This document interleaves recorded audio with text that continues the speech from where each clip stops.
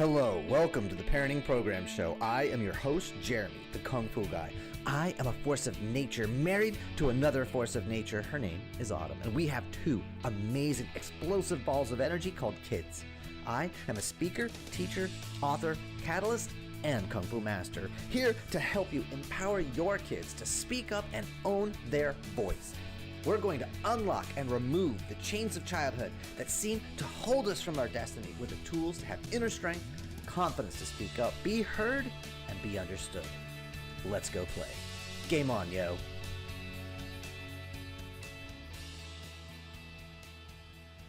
All right, Parenting Nation, welcome to another episode of the Parenting Program Podcast Show thing. I am your host, Jeremy, Kung Fu Guy, and today I am joined by Mark Savant.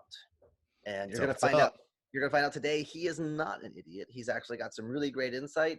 And today we're going to be talking, Mark, if you don't know, he actually has a Facebook group called Actidad. And it's all about ways for fathers to get together, connect, pick brains, network, get out of that silo, get out of that echo chamber of your own mind, and get into talking with other dads, connecting with men that are wanting to improve themselves physically, mentally, emotionally. They want to be the best dad.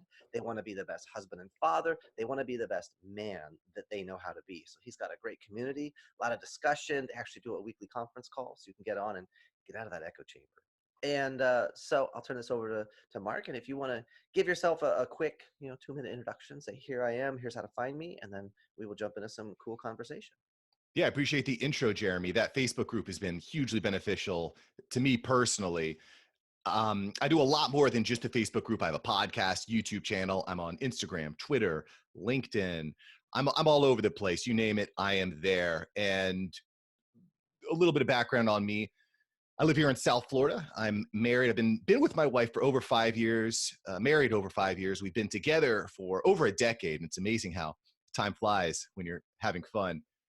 But it's not always easy. There's struggles, there's ups and downs, but we spend a lot of time focusing on making sure that our relationship is strong outside of the realm of parenting, which can be a challenge in and of itself, which we might get into in this show.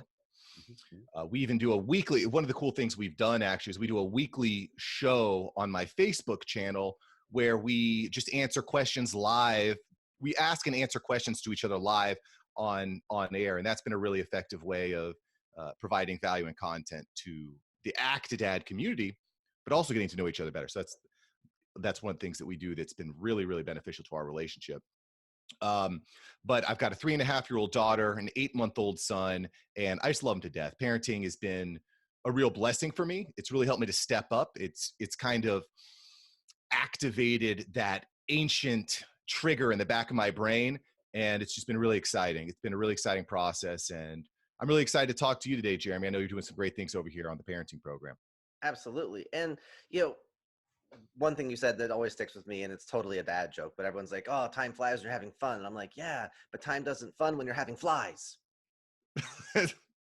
So anyway, that's like my dad joke. That's just that, like, it's weird how when you have kids, all of a sudden, all these dad jokes just, they materialize from the unconscious. And just all of a sudden and all the other dads are like, dude. I'm like, dude. Yeah. Well, and I love a good dad joke. Don't get me wrong, but dad jokes are one of the reasons why I started this whole program, the Actidad program, because as a father, I felt like dads were constantly ended up being the butt of the joke, parent number 2, while moms were put on this pedestal and they have all these resources. And it's an interesting dynamic because I think that a lot of problems that we face in society could be resolved if fathers were more educated in being a parent and what that means, but B, just being more involved and feeling more appreciated. And I've found that that's really resonated with many, many men out there that, you're right. Like, I'm not a dad joke. I don't have to have dad bod, right?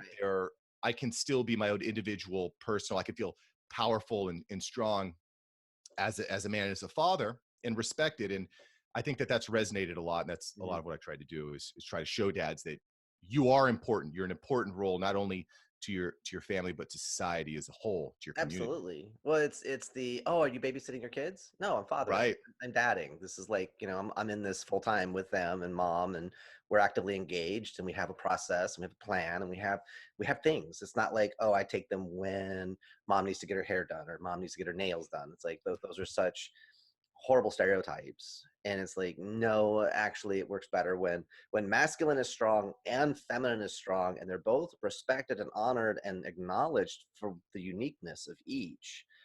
When they're both strong, there's no need to manipulate. There's no need to play Yeah. these stupid games. And well, if they're not jealous, they don't really care. And the rules. There's a book on dating for women called The Rules. It's a bunch of manipulative crap that no man with a sense of self-worth and integrity would ever get caught up in, because the minute he realizes you're playing manipulative games, he's like, look, this isn't okay with me.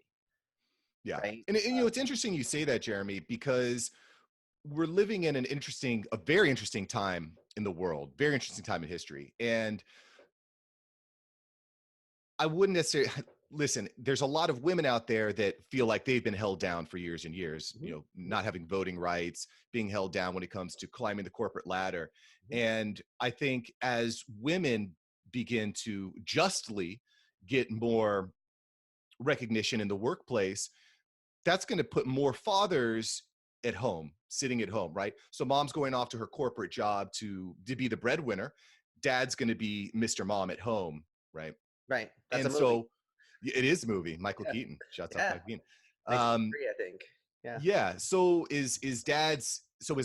as women become empowered into their new role in society, men need to step up into the role of a father. And so I think that's an Right. important dynamic. It's not about stepping on one another and saying, women can just do everything better and men can just do everything better. It's about saying, hey, on an individual basis, we need to make sure that the needs of all human beings are being met. Yeah, absolutely. That's why a lot of the work I do and a lot of the conversation I have is the idea of masculine and feminine, not men, women.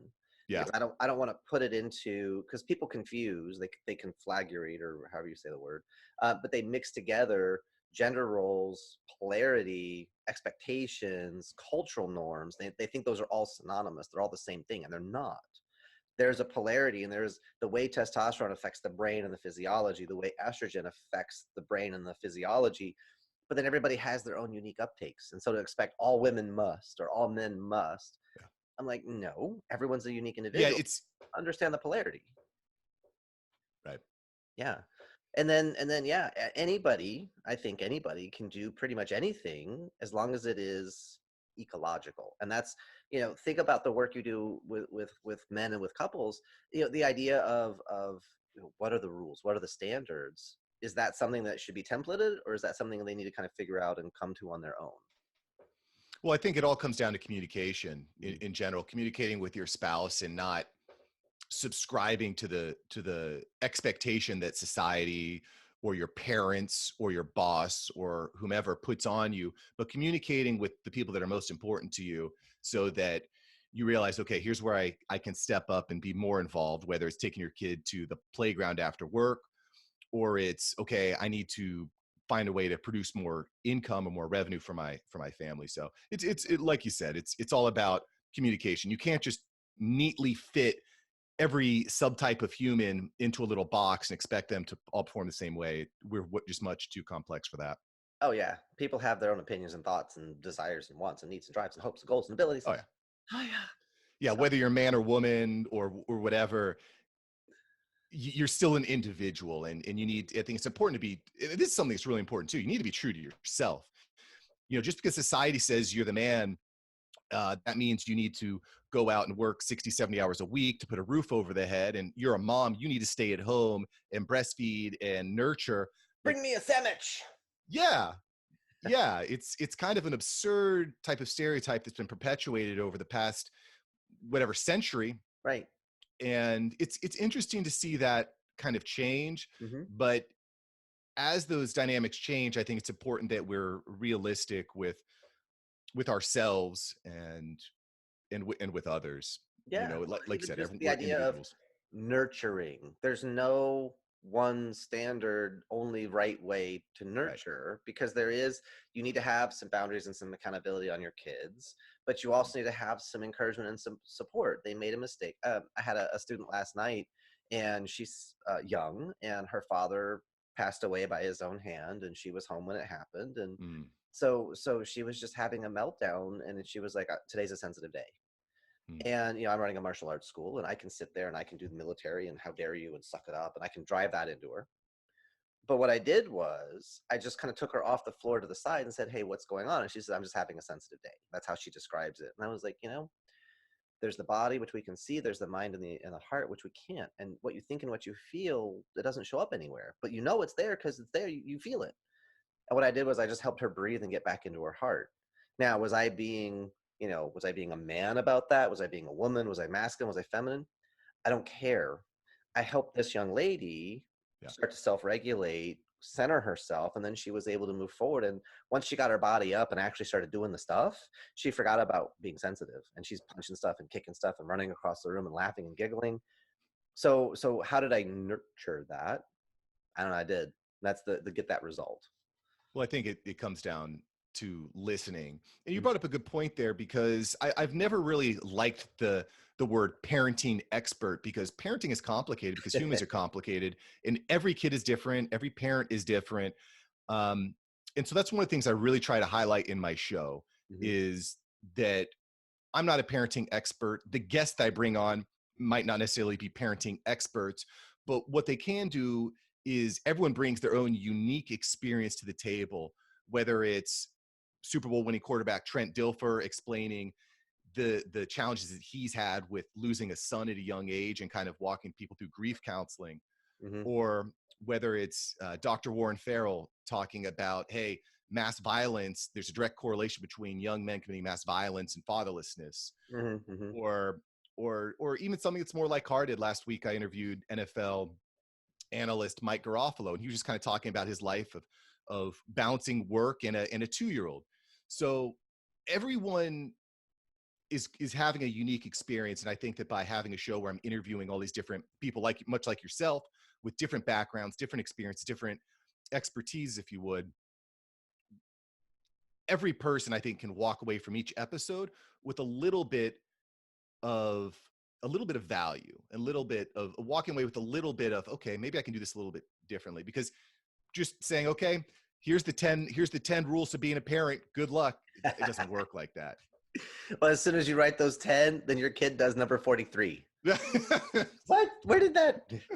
That wasn't in the book. Yeah, that wasn't in you're not allowed to do that. That's against the rules. Yeah. Okay, here's your rules. Nerf you. Um, so how did you think about this? Because you're running a bunch of different stuff. How did you and your wife kind of create your family vision? Because we're talking about it's January. What is that family vision? How do we get things accomplished? So how do you guys figure out, 2020, these are going to be our priorities? And a lot of people, they talk about SMART goals and New Year's resolutions. I want to hear something different. I want that stuff has been beat to death. So what's something you guys do to just kind of get some clarity, get on the same page? You've got two young ones, so they don't really have a big opinion yet. Give Yeah, that 10 years. yeah. Mm. Man, so there's a lot of different things, and at the end of the day, this has kind of been a recurring theme throughout our short conversation here. It's communication, it's open communication, it's being honest. One of the problems I think that a lot of families get into is they're not honest with themselves. Mhm. So you get into the new year and you're like, okay, I'm gonna lose 20 pounds. I'm not gonna drink coffee anymore. I'm gonna stop smoking cigarettes. I'm gonna start running. And then all of a sudden, like a week in, they're like, I'm miserable. These are all the things that were part of my. So I think it's about being honest with a lot about being honest with yourself, and not so much changing or creating a bunch of goals for yourself that may or may not be achievable, but Mhm. trying to engineer a lifestyle that is sustainable for you and your family. Mhm. And Big fan of ecology. How does it sustain? Anybody could yes, do a thing one time, right. but is it repeatable? So how do you guys do that? How do you figure out this? We can make this. We can do this. So one of the biggest challenges that I have, Jeremy, is that I have a full-time job. I run an insurance agency here in Mhm. South Florida, and certainly that takes a lot of time. Mhm. But then I get home, spend some time with the family, and then I'm building up a community for fathers. I've got a podcast, I've got a YouTube channel, I've got all these different things going on. And after that, there's not a ton of time left over for my wife, right? Mm. And so that's a big challenge. So like I mentioned earlier, so there's a couple things that I do. One is I made it really clear with my wife going into this project, which I started about a year and a half ago. I said, listen, I'm not happy. I feel unfulfilled. I need to challenge myself. I need this creative outlet. And that's important too. If you're not happy, you need to be honest with yourself. I lied to myself, Jeremy, for years. I said, my needs are being met. My family is taken care of. This is as good as it gets. I don't deserve better. Yeah, Right. I'm satisfied, and I should be okay with that. Yeah. Right. But if you're not okay, it's okay not to be okay. You know what I'm saying? Yeah. And so I had this aha moment. I was in a Chinese restaurant with my wife, and I don't remember exactly what the server said, but I was like, can I get a side of rice with my meal? She's like, oh, we can't do that. I'm like, what do you mean you can't give me a side? I just want a small side of white rice with my meal. You can't do that? She's like, no, we can't do that. And I was just kind of in an immature, I wasn't in a particularly bad mood, but I got angry, I got hostile. I said something that was not like way over the top. I was just being kind of rude. Right. And a woman behind me said, you're being a real jerk and you shouldn't act like that and whatnot.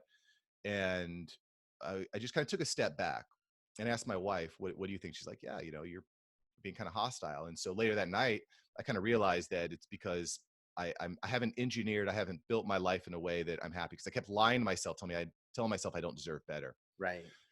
So fast forwarding, I started this project, and it's been extremely rewarding because you have to challenge yourself. So it's been a really powerful program. But to get back to your question, there's a couple things that I would recommend. Is you have to have some sort of schedule. You have to have some sort of schedule. So when you're trying to balance all these hats like fathers are, you have to set aside a specific time. So when it comes to date night, every Saturday night, everything is blocked off. I block it off on my calendar. I'm having date night with my wife. Mm-hmm. That's it. And date night doesn't mean watching a movie. It means, hey, we're going to do something interactive, maybe play a game or something like that. So that's one thing. The second thing that I think is really important, if you're able to, is try to incorporate your family into things that you love to do. Mm.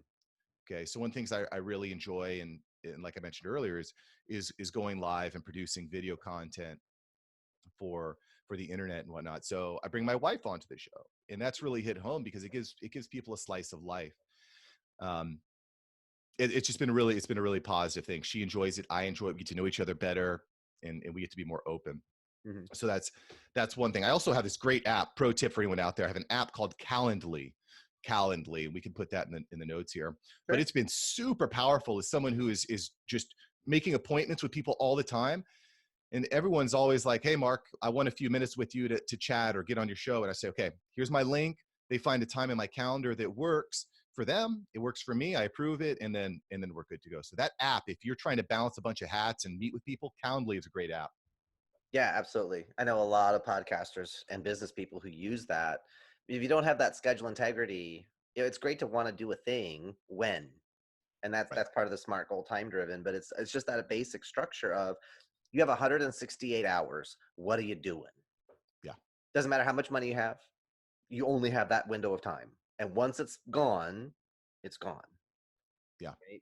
I interviewed Jim and Jamie from 18 Summers. And it's like that whole concept of, and I shared it with a friend of mine who is a relationship and coach, a couples coach, and he's a grandfather now. But that idea of 18 Summers, he was like, ooh, just the phrase of that, like shifted some things for him. And he's got a 7-year-old grandson. But you only have 18 summers with your kids as kids. They have the whole rest of their lives to be adults. Right? I had a conversation with a 14-year-old young lady last night, and I said, look, it's great that the boys are interested in you. You don't have to be interested in them or the girls or whoever you want. I don't care. But that part of your life, once you open that door, it will never close again. And you have the whole rest of your life for that complication. One of the things that terrifies me is regret. I was sitting down with my grandfather about a year and a half ago, about the same time I started this. And he says, Mark, I want to talk to you. I sit down next to him in his old red lazy boy chair. And he takes out all these newspaper clippings. And he's going through these newspaper clippings from 50, 60, 70 years ago. And he's just walking me through his life, kind of give me his biography. Mm-hmm. And and a light bulb went off my head. I said, one day I'm going to have to sit down and do this with my children, grandchildren, great grandchildren. What do I want my story to look like? Yep. What do I want my story to look like? I don't want to sit there and regret and say, Mm-mm. I was too busy for my kids. I was too busy for my wife. I was too busy for my, Yep. my friends. So it's Yeah, really important to be honest with yourself. discipline weighs ounces, regret weighs tons. Oh, I love that. Yeah, I forget who said that because it's not my quote, but it's just, it resonated with me. And I'm like, yeah, I'm okay with having regrets because it means I made my choices. Yeah. But Yeah. man, if I have to look back, and that's uh not Jim Rohn, Stephen Covey, Begin with the End in Mind, 7 Habits.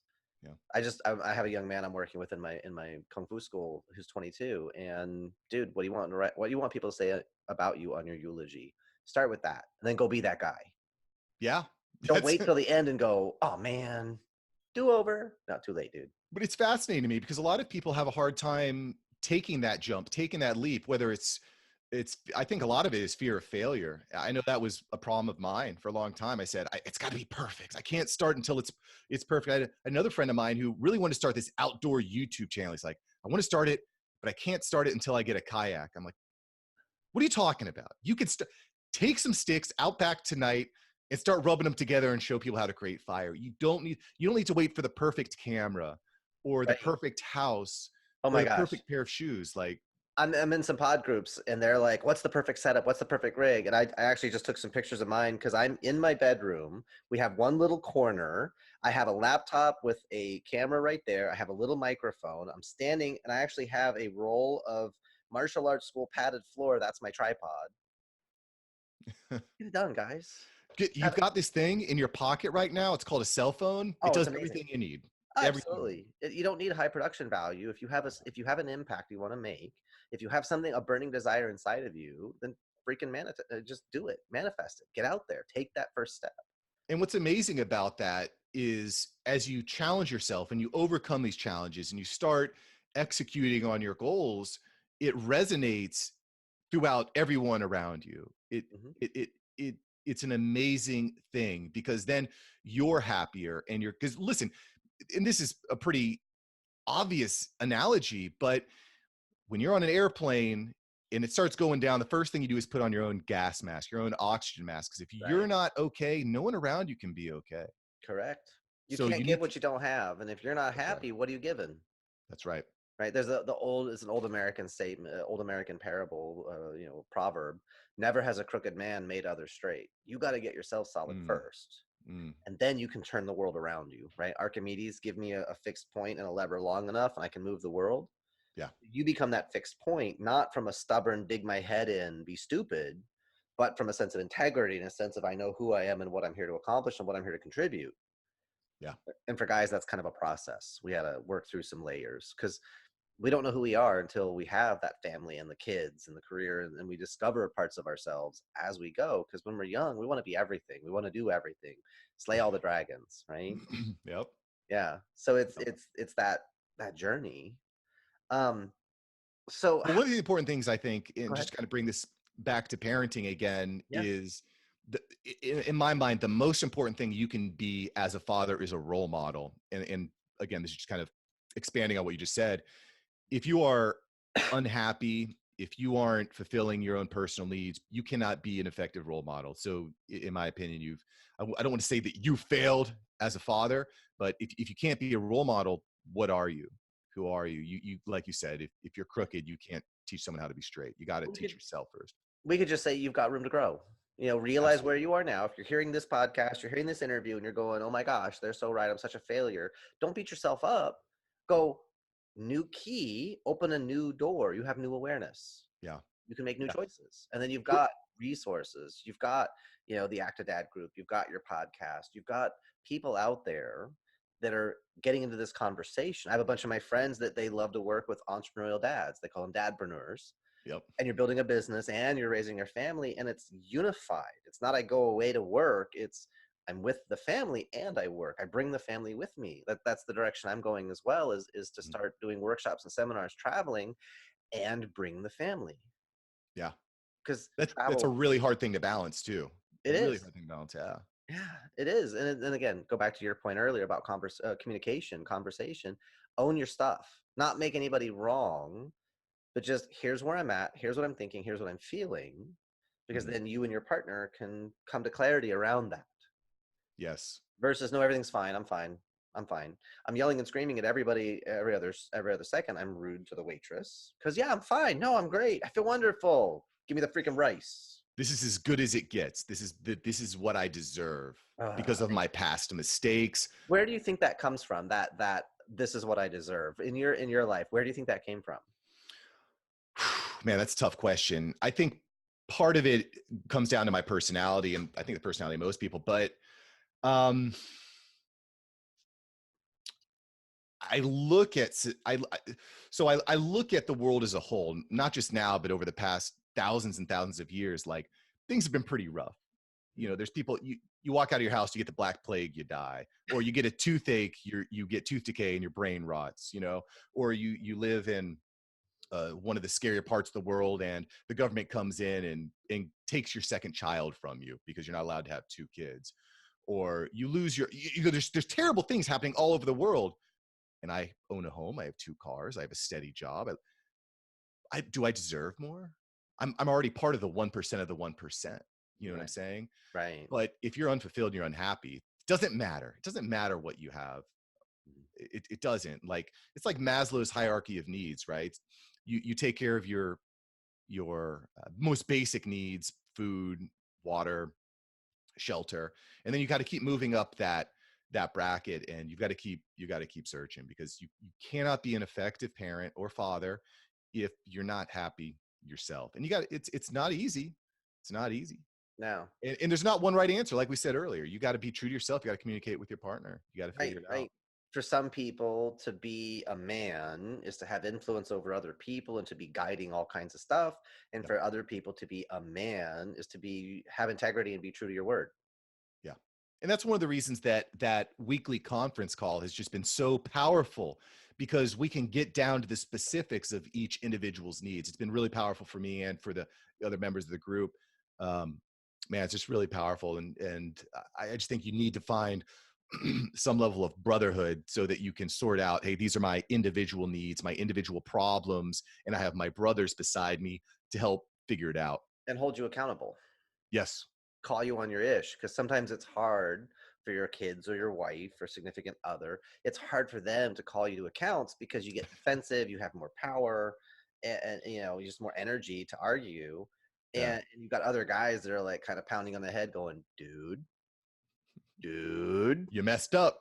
oh man. Yeah, I had a father the other day, and I don't want to go too far into this, but he was kind of complaining about some problems that he was having with his kids, and then he mentioned that he's having an affair, and I was like, you know, I don't want to point fingers or tell you how to live your life, but the affair can could be could be manifesting itself in other parts of your life, and I trying to help him deploy self-awareness, and he's kind of like, no, I've got it under control, everything's fine. And I was like, I think that's how it starts. I generally think that's how it starts. It probably feels manageable at first, but then all of a sudden you're drowning in your multiple lives, and um, that's a whole nother. Oh yeah. Well, there's this little hamster wheel in the back of your head unconsciously poking at you saying, dude, you're out of integrity. Because Yeah, how can you tell your kids to be honest and tell the truth? What? yeah, What? What? yeah, Yeah. Your own integrity will eventually drive you crazy. And then, self medication, numbing, that it stacks in other behaviors versus go to the root cause and deal with what's going on for realsies. If you're not yeah, happy, get out. yeah. Self-awareness is an incredibly difficult thing to deploy. Incredibly difficult. Incredibly difficult. Yep. And that's again why it's really important to have people around you that are not just going to yes man you, but they're actually going to give you the truth. Yeah. Give it Yeah. to me real. Give it to me raw. That's what you need, and you have to be willing to accept it too. Mhm. So, One of the fundamental maxims in Buddhism is the eye that sees cannot see itself. hmm, Right? Because you take the eyeball out and turn it around, you're going to see a hole. And if you look in a mirror with the eyeball, you see a reflection of the eyeball, but you don't see the eyeball. hmm. it can't actually see itself. And people think what they think is real. I'm like, really? Just push on one of your eyes and all of a sudden everything splits. It's like, oh, wait, I see two images. Great. So which one's the real one? The stable one or the squishy one? Because you don't know. Mm. So you got to be very careful. That's why the accountability, other people become your mirror because they can reflect back. And you can't see the back of your head unless you have two mirrors. You can see almost every part of your body except right back here. You got to have that extra reflect. You got to have that outside reference because people will literally see blind spots that you can't. Mm. Yeah. So I love community, and I love that feedback, and that it's just great. So how do we go find you? Where do we need, if we want to connect? Give us the URLs, give us all the everythings. LinkedIn, what's the profile? Who do we search? Sure. So my name's Mark Savant. You could find me on most social media platforms. And my my platform, my project, if you would, is Actidad, Actidad, kind of like active dad mixed together, Actidad. And you can find me on any platform that way, whether it's actidad.com, at Actidad on Twitter, Instagram, Facebook, TikTok. I'm all over the place. So you can find me there. I'd love your feedback, certainly. Podcast, YouTube, everywhere you go, it's just straight Actidad. And it's pretty easy to remember. You can email me at connect@actidad.com. And I'm really just happy to communicate with people and try to help others. Just try to help others and build up a better world. I think a world where fathers are more involved with their kids is a better world. And that's kind of what we're trying to build at Actidad. I love that. And now the hardball question. Are you ready for the hardball question? Lay it on me, brother. All right. What is the best advice you've ever been given that you actually took?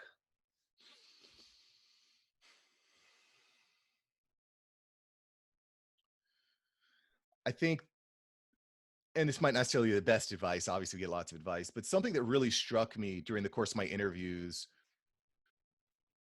it first was said to me by Trent Dilfer, which was a really powerful episode of my podcast, of my show, but it's also come up time and time again, was one of the most important things a father can do is listen, is be a listener, because we often feel like we need to be telling everyone what to do, especially when it comes to a 3-year-old, telling them what to do.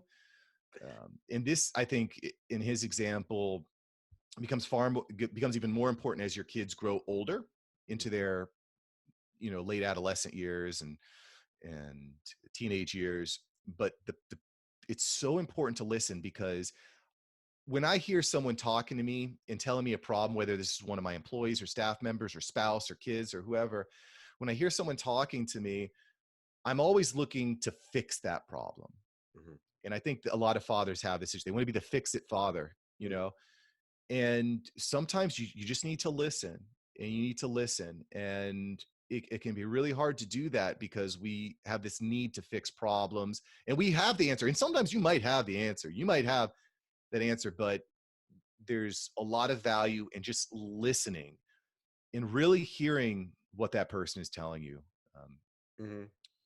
I love that. Yeah, I'm a big fan of my kids being self-reliant. So when they ask me stuff, when they're telling me stuff, I don't solve their problem. I'm like, how can you fix it? What else could you do? So my stepson came to visit, and we have the cat toys on top of the refrigerator, and there's a big long thing, and he's jumping up at 9 years old, jumping up trying to reach. And his sister at 3.5 goes and grabs the stool and slides it over and goes to him. And I'm like, your turn. I love you guys. Like she just solved the problem. She's like, here, just use this, climb up. Because I was like that with my brother. He's 4 years older than me, and there was stuff he struggled with, and I would just look at him and go, oh, and I'd problem solve him. Yeah. So and my daughter, she gets frustrated very easily. She gets frustrated. And I remember being that way too when I was a kid too. I remember I can just deploy empathy there. Yep. She'll be trying to put on her socks, and it's like, oh, this is so frustrating. And she's so frustrating. Dad can do it in 2 seconds. Let me just get Dad to do it. I can't do it. Yep. I say, no, it's time. You need to put your socks on. And she can do it. Right. It's tough. But every time she gets a little bit better at it. So letting them kind of struggle is important too. That it builds them. And we have to allow the struggle. Sometimes it hurts, but we have to allow that so they can discover their own resourcefulness. Yes. Not fix it for me. It hurts us too as parents, because it would be a heck of a lot easier for me to just put those socks and shoes on and get out the house. Faster. Let's go. Schedules. Right. But then you're not you're not looking at the big picture, teaching your Mm-mm. kids important life skills. Tactical versus strategic. Absolutely. Yeah. Well, Mark, it's been great. And I have loved this conversation. And I can't wait to jump over and be on your podcast here in the near future.